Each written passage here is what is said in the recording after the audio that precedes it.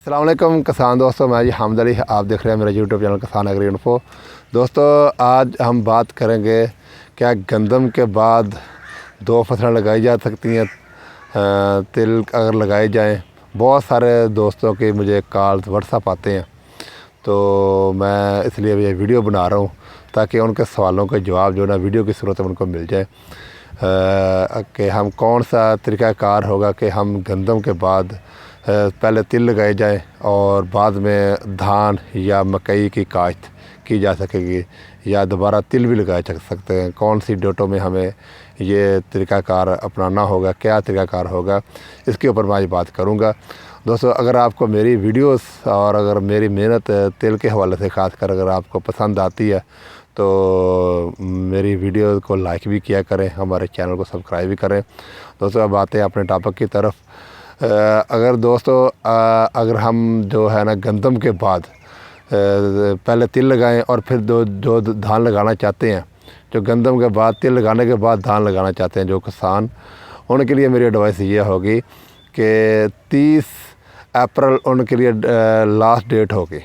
अगर वो 30 अप्रैल तक गंदम काट के और तिल की काश्त कर लेते हैं तो आप इजीली जो है ना कि तिल लगाने के बाद, तिल कटाई करने के बाद आप धान की काश्त कर सकेंगे।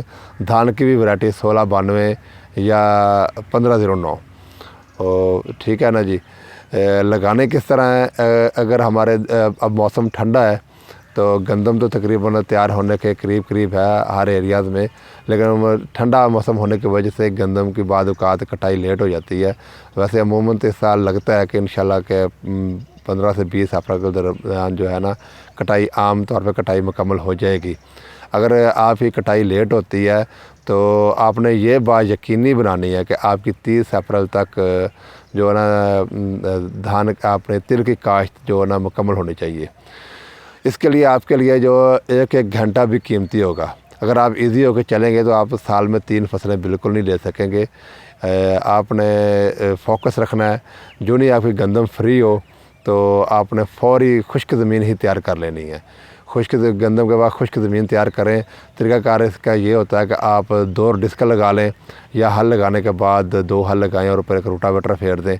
जैसा भी जो भी इम्प्लीमेंट आपके पास हो आप उसको ज़मीन को तैयार करें। गंदम के फौरी बाद जो हम ज़मीन तैयार करते हैं ना, वो इतनी खुश्क नहीं होती है, वो सिर्फ ऊपर से उसका मुँह ही खुश्क हुआ होता है, बाकी ज़मीन जो होती है ना उसका वत्तर होता है और वो काबिल तैयार करने के काबिल होती है। वो हम तैयार कर सकते हैं, बेहतरीन तैयार हो जाती है, बारीक हो जाती है।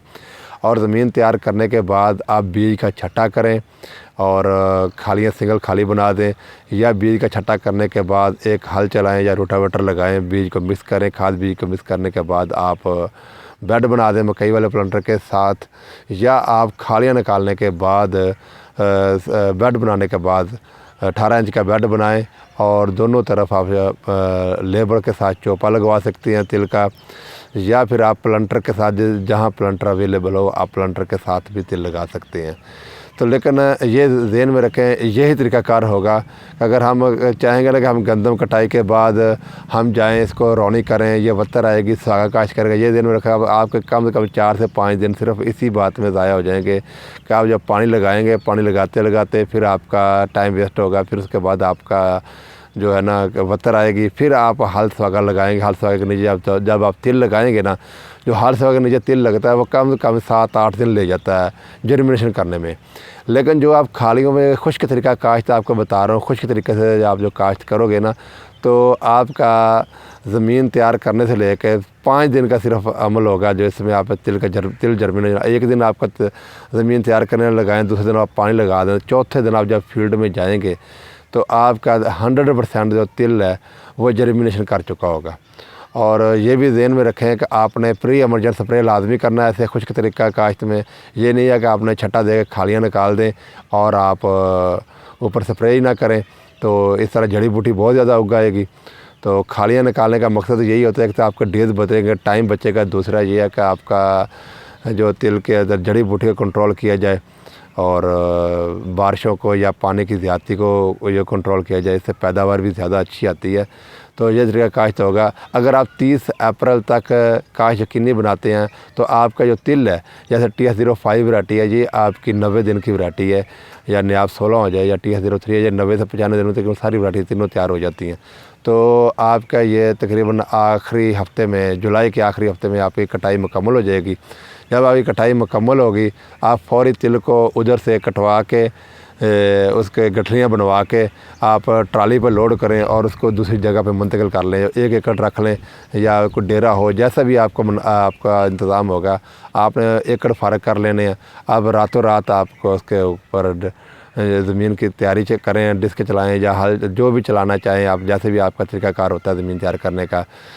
دھان کے لیے آپ زمین تیار کریں، اور آپ کی پنیری جو ہے نا، وہ آپ کی 1 ماہ پہلے لگ جانی چاہیے تل کی کٹائی سے۔ جب تل 60 دن کا ہو جائے، آپ کی پنیری لگ جانی چاہیے، ٹھیک ہے۔ 1 ماہ کے اندر اندر آپ کی جو ہے وہ پنیری تیار ہو جائے گی۔ آپ جو نہیں تل ریموو کرو گے ادھر سے، راتوں رات آپ زمین تیار کرو، اگلے دن آپ بے شک ادھر منجی لگا سکتے ہیں۔ آپ اس لحاظ سے اگر 30 اپریل کو ہی آپ کنسیڈر کریں تو آپ کا 27، 28، 30 تک، جولائی تک تل کٹائی ہو جائے گا، اور جو دھان اگلے 3-4 دن، اگست کے پہلے 4-5 دن میں آپ دھان کی کاشت مکمل کر سکو گے۔ اور یہ بھی یاد رکھیں کہ دھان کی جو کاشت ہے، میرے تجربات کے مطابق تو یہی ہے کہ آپ جو ہے وہ 10 اگست سے ہرگز لیٹ نہ کریں، کوشش کریں 5 اگست تک آپ کی جو پنیری ہے وہ ٹرانسپلانٹ ہو جائے۔ تو آپ اس بات کا مد نظر رکھتے، جو نہیں آپ کی گندم فری ہو، چاہے وہ 10 دن پہلے فری ہو، جتنے دن پہلے 30 اپریل سے جتنے دن پہلے آپ کی یہ گندم پہلے فری ہوگی، جتنی جلدی ممکن ہو سکے گا آپ اگر تل کی کاشت کر لیں گے تو آپ کی دھان اتنا ہی آسانی سے، ایزیلی، اتنا ہی جلدی کاشت ہو جائے گا۔ تو اگر آپ 30 اپریل سے اوپر جاتے ہیں تو میں نہیں سمجھتا کہ پھر آپ ادھر منجی لگا پائیں گے۔ پھر آپ نے منجی نہیں لگانی ہے، پھر آپ مکئی وغیرہ جو ہے وہ لگا سکتے ہیں۔ اس کا ٹائم ہوتا ہے، بیسٹ ٹائم اس کا شروع 1 اگست سے ہوتا ہے، پھر مکئی آپ لگا سکتے ہیں۔ تو جس کی کاشت آپ 15 اگست تک یا 20 اگست تک آپ، بہترین ٹائم ہوتا ہے مکئی کا، وہ آپ مکئی لگا سکتے ہیں۔ اور تیسری فصل دوبارہ تل بھی ہے۔ اگر آپ پہلے ہفتے میں، اگست کے پہلے ہفتے میں، یہ خاص کر ان ایریاز کے لیے یہ سجیشن ہے، جنوبی پنجاب اور سندھ کے ایریاز جو ہیں جو وہ اس پریکٹس کو موضوع ہوں گے۔ وسطی پنجاب یا اپر پنجاب میں یہ بالکل بھی نہیں ایسا ممکن ہوگا، کیونکہ ان ایریاز کا ٹمپریچر جلدی ڈاؤن ہو جاتا ہے، ادھر نہیں آپ نے دوبارہ تل کاشت کرنا ہے۔ اور لیکن جنوبی پنجاب اور سندھ میں آپ ایسا کر سکیں گے۔ تو یہ طریقہ کار ہوگا۔ بہت سارے دوستوں کا میرے خیال میں سوالوں کا جواب اس میرے ویڈیو کی صورت میں مل جائے گا۔ بہت بہت شکریہ۔ اللہ حافظ۔